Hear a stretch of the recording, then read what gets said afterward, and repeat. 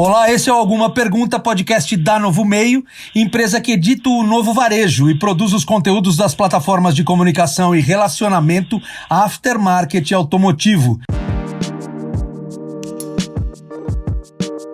Nesses pouco mais de 70 dias de imersão dos profissionais da Novo Meio, desde as urgências do mercado de manutenção automotiva por informações e serviços que contribuíssem para a orientação e direção de profissionais e empresários desse setor, surgiu um grande acervo de conteúdo e muitas audiências.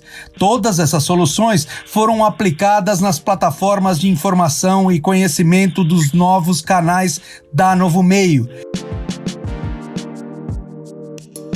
Esses resultados promissores vieram das inteligências digitais dos profissionais da WPN, especialista em performance e branding para ambientes eletrônicos, que pertence ao Grupo Novo Meio.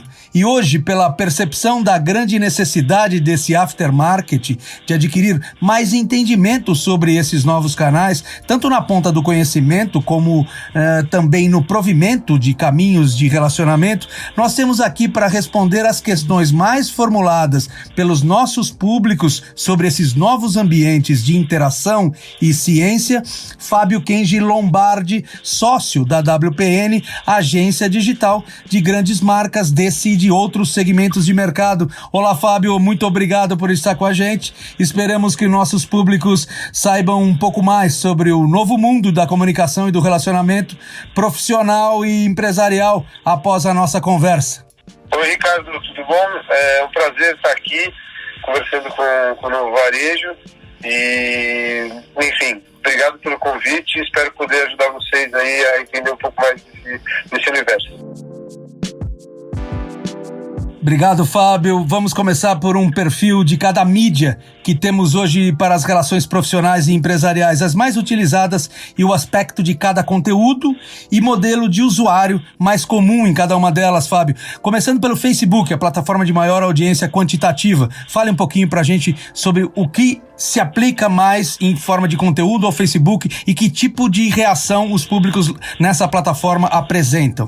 Então, o Facebook hoje ele é a maior rede social que tem no Brasil, na verdade no mundo. Dentro do Brasil existem 140 milhões de usuários. Então você está falando de uma plataforma que abrange 70% da população brasileira, que tem aí um pouco mais de 200 milhões de pessoas.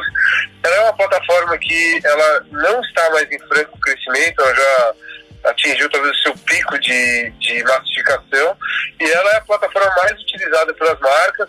Hoje talvez ela não seja a moda, digamos assim, mais, como acontecia alguns anos atrás, só que ela é uma plataforma que gera muitos resultados de visualizações, porque ela tem uma audiência muito grande, que é o que eu digo, ela não cresce mais tanto, mas ela é uma audiência muito representativa para o setor de mídias sociais. E o tipo de público que mais reage lá, o que você pode dizer sobre o comportamento do profissional lá dentro, Fábio? Então, Ricardo, os tipos de conteúdo que mais tem aderência hoje lá dentro, maior nível de engajamento, são os conteúdos de áudio, vídeo e animações. Isso porque a plataforma tem incentivado bastante essa entrega. A verdade é que existe uma briga muito grande pelo feed do usuário. Existem milhares de marcas. Explica para o público que não sabe, Fábio, desculpa interromper, explica um pouco o que é o feed, efetivamente, para que o público possa conhecer. Nós estamos falando com uma média de audiência que tem um nível de conhecimento também médio. Então é importante que a gente traga alguns detalhes. Tá bom. Então, assim, o feed, na verdade, ele é a linha de conteúdos que a pessoa recebe. Sempre que ela abre a plataforma, ela acaba sendo impactada por vários conteúdos dentro da tela dela, que ela vai baixando, e também do lado, enfim, aparecem de várias formas, mas basicamente é o que ela dá o scroll down, que a pessoa vai descendo na tela e vai acompanhando, e no fundo ela vai selecionando aquilo que ela mais se interessa, e vai clicando, vai, enfim, vendo vídeo, ouvindo algum áudio, enfim, no fundo, aquilo no fundo é uma grande curadoria de conteúdo para os usuários, e eles vão escolhendo aquilo que eles vão se interessando mais naquele momento. Então, por isso, alguns assuntos que estão fervendo no momento, os assuntos que mais estão sendo falados, também são sempre assuntos que têm uma entrega de mídia grande. Por exemplo, hoje, se fala muito sobre o coronavírus, sobre todas as questões que envolvem esse desafio que a gente está enfrentando, e do mesmo jeito que há um ano atrás falava em outro assunto, e daqui a um ano vai se falar sobre outra coisa. Então, isso é uma coisa que vai se movimentando de acordo com as tendências e assuntos do dia a dia também.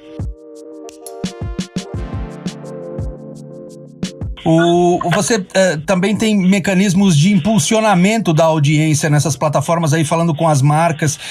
Você acha que isso é indicado para que tipo de empresa fazer esse tipo de impulsionamento e com que periodicidade? Explica um pouco sobre esse mecanismo publicitário dentro do Facebook para nós, Fábio, por favor. Então, o Facebook, ele, do mesmo jeito que qualquer outra mídia, assim, existe uma profusão de conteúdos ali dentro, e muitos, no fundo, você acaba competindo pelo tempo das pessoas. Isso que é o importante. E esse mecanismo de impulsionamento é um mecanismo de você, entre aspas, comprar o tempo dessas pessoas. E o que eu digo sobre isso? Eu acho que depende de qual mercado você se encontra, mas se você... O que eu digo? Se você puder encontrar o seu cliente dentro da plataforma, existem N formas de você fazer isso, de forma apurada, é importante que você faça. Porque é importante que você tenha o tempo do seu cliente, porque quanto mais tempo você tem do seu cliente, mais chance você tem de fazer negócio com ele, entendeu? Uhum. Tem uma grande oferta hoje para as audiências, e o tempo continua exatamente do mesmo tamanho, né? Aquelas 24 horas de 60 minutos com 60 segundos cada uma delas. Isso que realmente a grande concorrência é pelo tempo da audiência, né? Exatamente. A grande ferramenta, o que isso trouxe para o Facebook, o Google, eles trouxeram formas novas de segmentar o público. Então, antes, um anunciante que era muito grande, que falava com milhões de pessoas, puxa, ele tinha alguns meios e recursos para fazer isso. E um anunciante muito pequeno não tinha. O que acontece? Hoje, isso, na verdade, se democratizou. Porque como você consegue segmentar bem, escolher bem o seu determinado público ali, você consegue falar com poucas pessoas. E isso custa muito mais barato do que falar com milhões de pessoas. Então isso trouxe uma acessibilidade para os anunciantes, para as empresas mesmo. Então, antigamente, sei lá, algumas décadas atrás, você tinha poucos anunciantes e grandes anunciantes. Hoje você continua com esses grandes anunciantes, mas você tem milhões de pequenos anunciantes. Desde uma empresa... uma empresa super pequena que tem 1 ou 2 pessoas até empresas maiores. Então isso na verdade o que trouxe foi o acesso ao público. Hoje é fácil conversar com o seu target, entendeu? Com o seu público-alvo. E antigamente isso era muito mais difícil.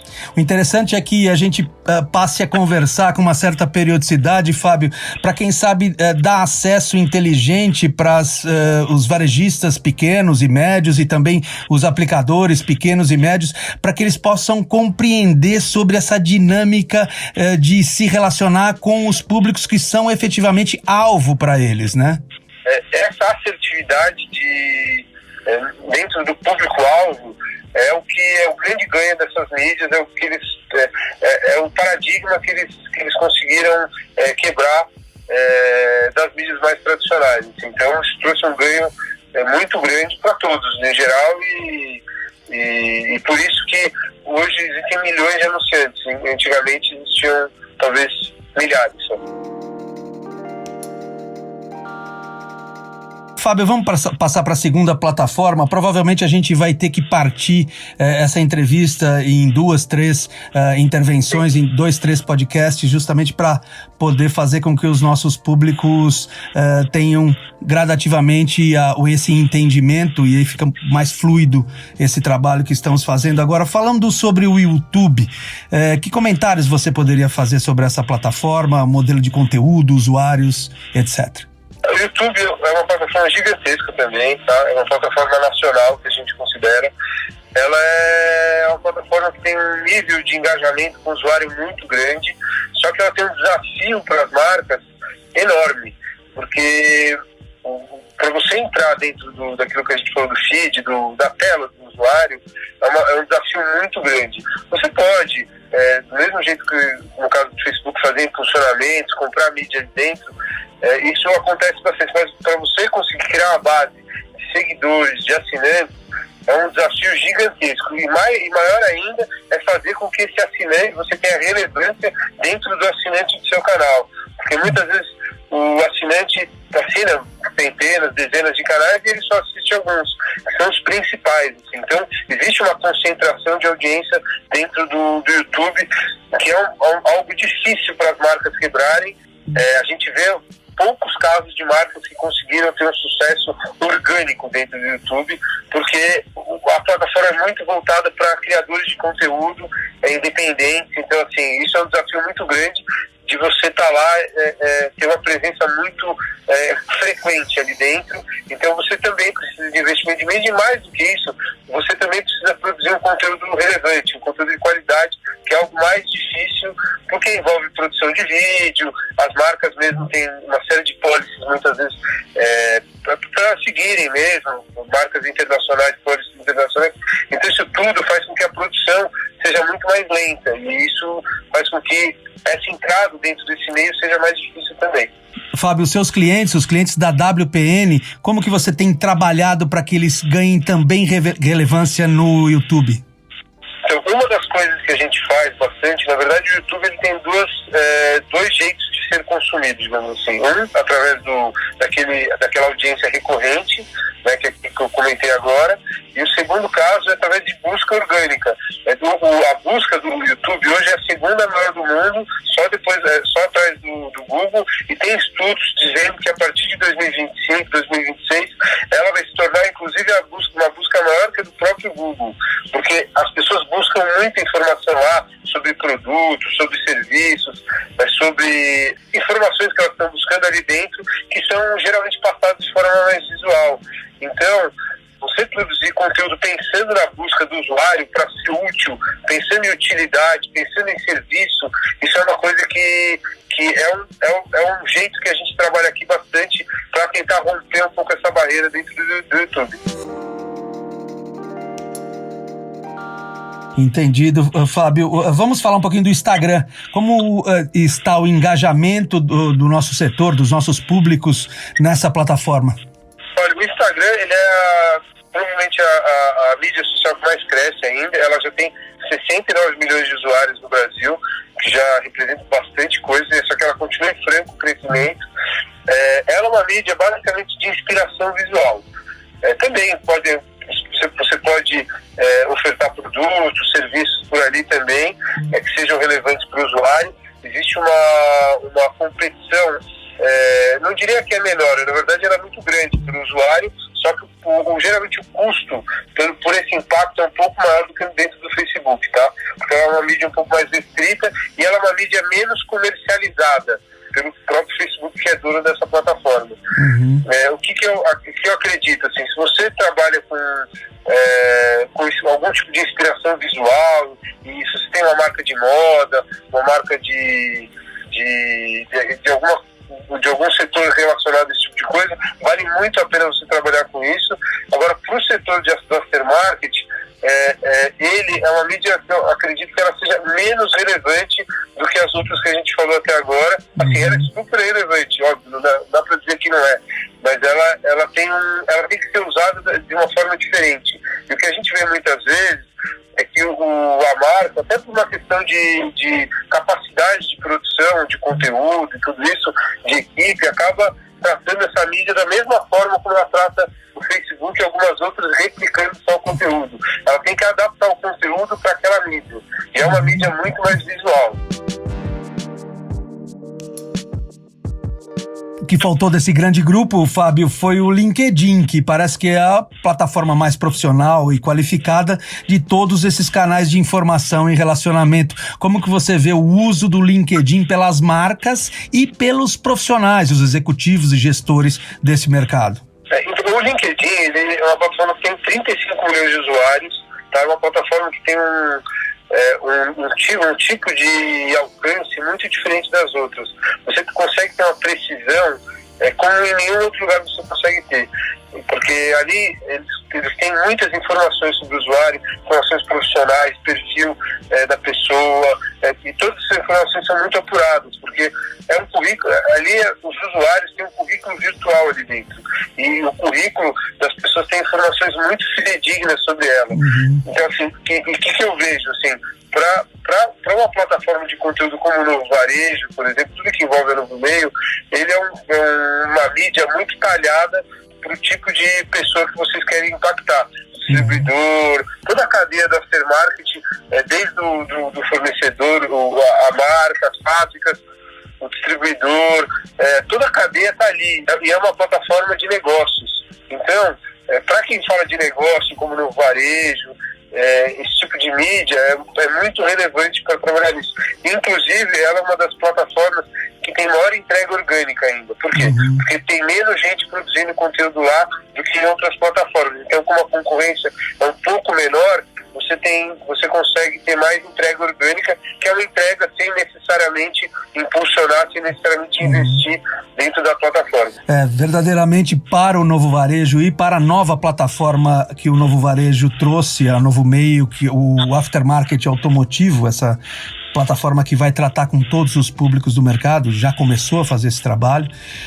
A gente percebe um engajamento orgânico muito grande realmente no LinkedIn e um engajamento de audiência, sim, no Facebook, mas o LinkedIn parece que essa coisa orgânica é muito mais efetiva. A gente tem podido experimentar isso, como você mesmo tem acompanhado nas medições que tem feito das audiências da Novo Meio.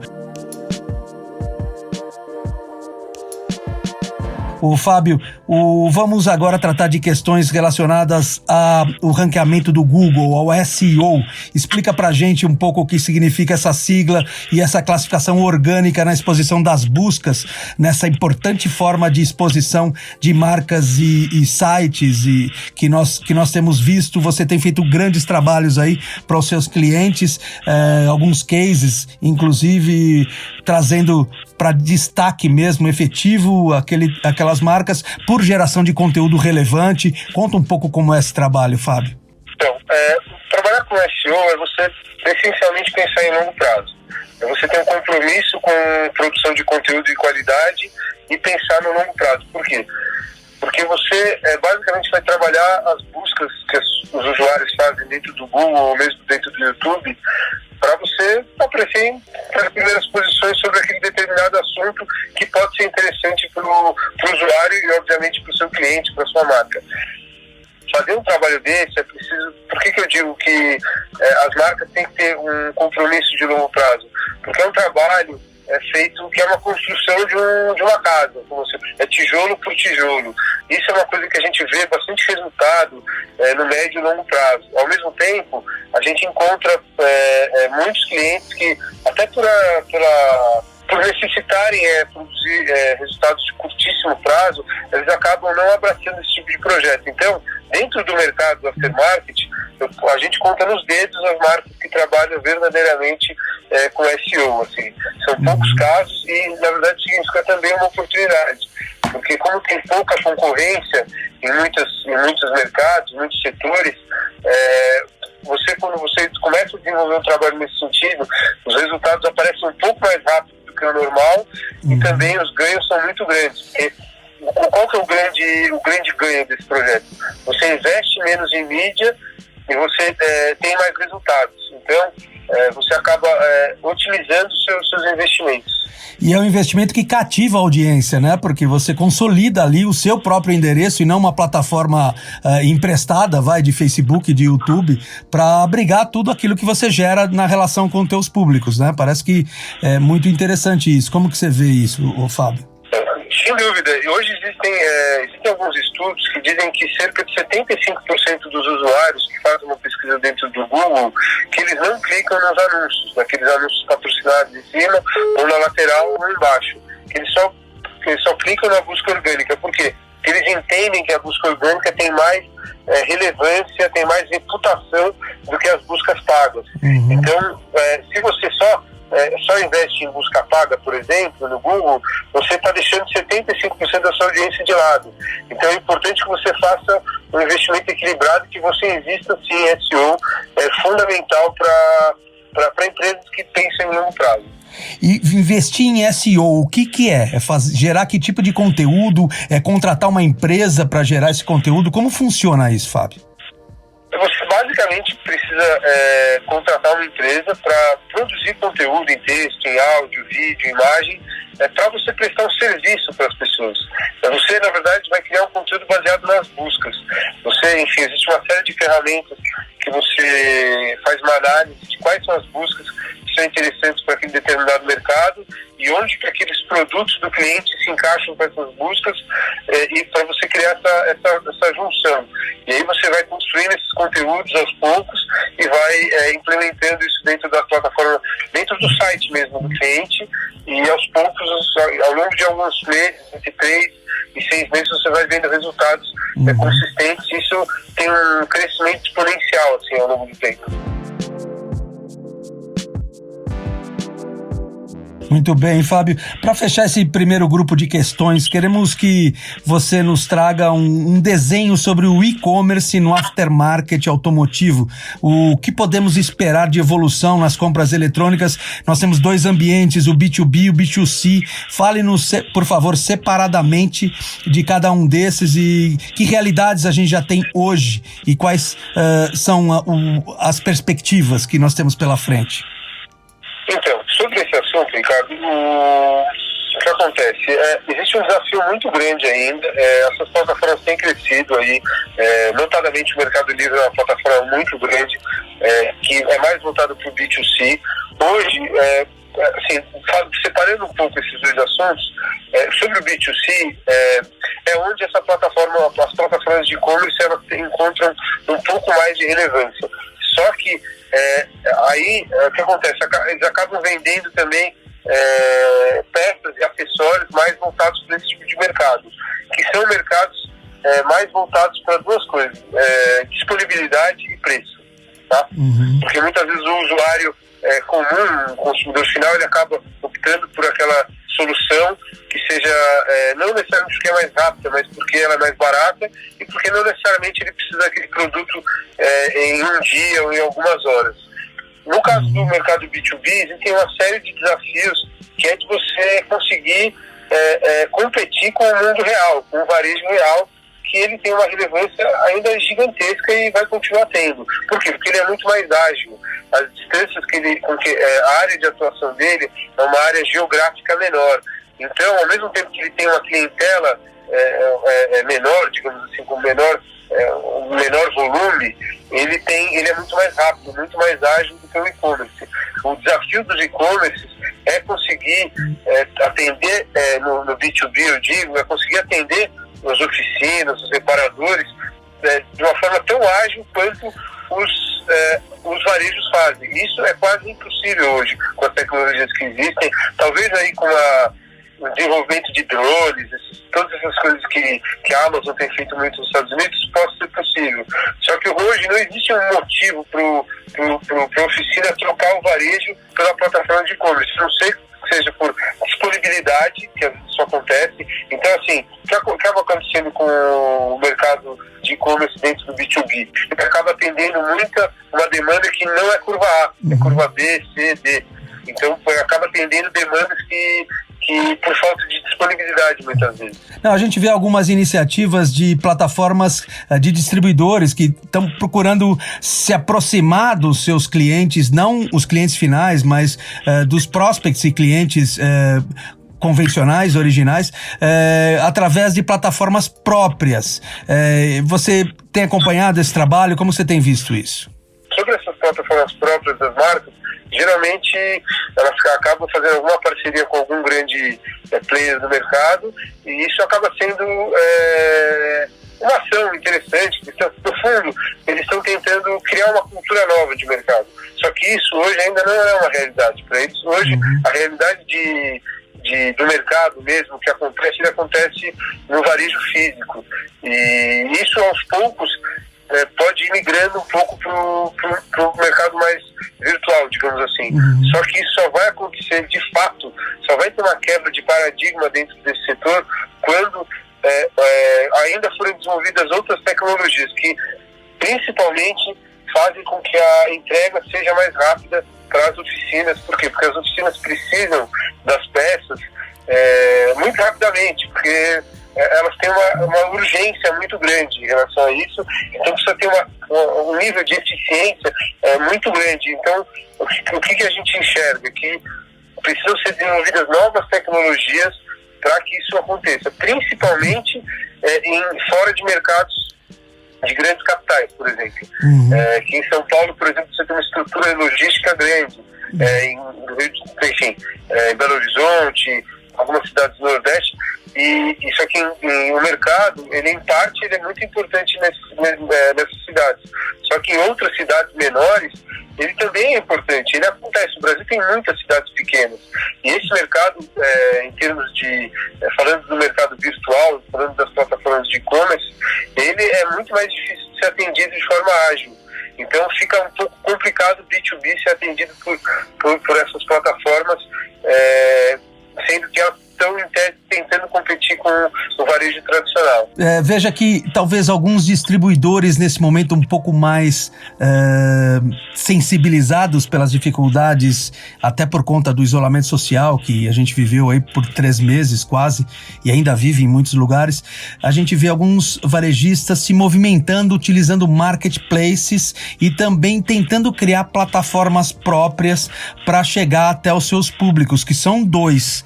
O público profissional, ou seja, o reparador, e o público final, o motorista, o dono do carro, que muitas vezes acaba comprando peça nessas plataformas e levando essa peça ao recebê-las até uma oficina de confiança para que seja feito o reparo. A gente ouve, inclusive, que algumas oficinas têm incentivado até esse comportamento por parte dos seus clientes em tempos de dificuldade de caixa e de estoques, etc. Aí facilita que o cliente, o dono do carro, já leva o automóvel com a peça.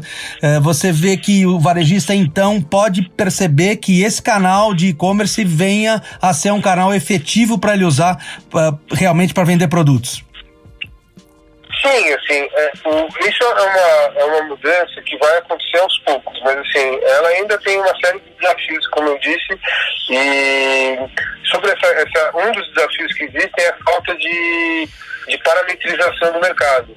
Que a gente sabe que para a gente passar isso essa responsabilidade, entre aspas, para o usuário, para o consumidor final, é muito difícil, porque a chance dele cometer um erro em uma compra é muito grande.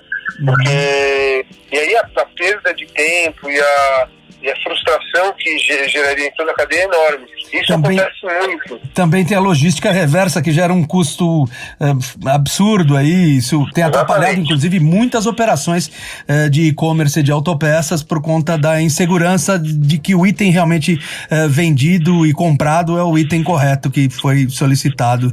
Realmente tem um desafio por aí, são os protocolos que estão tentando ser desenvolvidos para que se torne mais segura essa operação, né, Fábio? Sem dúvida. Hoje, dentro do aftermarket, existe uma série de obstáculos. Em outros mercados que a gente vê, mercados aí mais voltados para o consumidor final, onde existem menos barreiras, mesmo assim já existe é complicado. Muitos projetos enormes que a gente conhece aí, o tamanho da Netshoes, por exemplo, eles não dão lucro até hoje. Por quê? Porque eles atuam no mercado em franca expansão, eles dependem de investimento massivo e, ao mesmo tempo, o custo do frete hoje no Brasil é um desafio enorme. Por quê? Porque as distâncias são grandes, a área de cobertura que essas plataformas são cobertas são muito grandes e muitas vezes o usuário não quer pagar esse custo. Então, para incentivar o crescimento desse tipo de consumo, eles acabam subsidiando esse tipo de custo, e isso acaba custando na ponta bastante caro, só que isso é uma aposta deles de longo prazo, de muitos anos e talvez de décadas. A Amazon, inclusive, fez isso, teve talvez mais de 10 anos de prejuízo, mas hoje ela é super valiosa. Só que isso não é uma coisa que todos conseguem passar por essa barreira para sobreviver. gente vê alguns distribuidores vinculados a alguns varejistas que fazem um bom trabalho hoje no e-commerce, e esse papel que o distribuidor tem hoje pode vir a ser substituído. Já existem algumas iniciativas de grandes distribuidores de se aproximar também do consumidor final. Então esse mercado de e-commerce no nosso setor ainda está em formação, né, Fábio? Sem dúvida, ele ainda tem muito para crescer, mas ele também tem muitas barreiras e é um processo que vai ser longo. Quer dizer, depende das novas tecnologias, na verdade, mas ele tem mais desafios, como eu disse, do que uma plataforma de e-commerce para o mercado consumidor final, para uma cadeia mais simples do que a do Mastermarket. Fábio, encerramos aqui a primeira parte da nossa conversa, já agradecendo a sua disponibilização aí, as suas informações valiosas aí para os nossos públicos, e vamos seguir conversando aí num próximo podcast sobre os assuntos que estão na urgência dos dias do nosso mercado. Certamente as mídias digitais são um assunto hoje para as nossas audiências, e a gente percebe que devemos, assim como lá atrás a Novo Meio trouxe um caminho para a comunicação e para o relacionamento através da mídia impressa, inaugurando essa indústria toda, Fábio, a gente sente que esse é o momento da Novo Meio continuar esse trabalho com uma segunda revolução, trazendo informações também que possam orientar os nossos públicos a se apropriar das possibilidades, das potencialidades gigantescas que temos aqui através desses canais digitais. Muito obrigado, Fábio. Obrigado a você, Ricardo, pelo convite. A gente está em um momento de quebra de vários paradigmas dentro do setor, e acho que vocês fazem parte disso, o Novo Varejo, toda a plataforma de comunicação que vocês têm, e parabéns pela iniciativa. Até a próxima. Obrigado. Muito obrigado, Fábio. Nós ouvimos aqui, então, Fábio Kenji Lombardi, que nos respondeu as primeiras perguntas sobre os desafios que temos para desbravar esse novo ambiente digital que está posto para ser modelo, meio de relacionamento e informação dentro do nosso mercado. Eu sou o Ricardo Carvalho Cruz, profissional do jornalismo da Novo Meio. Você ouviu o podcast Alguma Pergunta? A sua dúvida é investigada, analisada, pesquisada, sob o olhar jornalístico e científico dos profissionais da Novo Meio.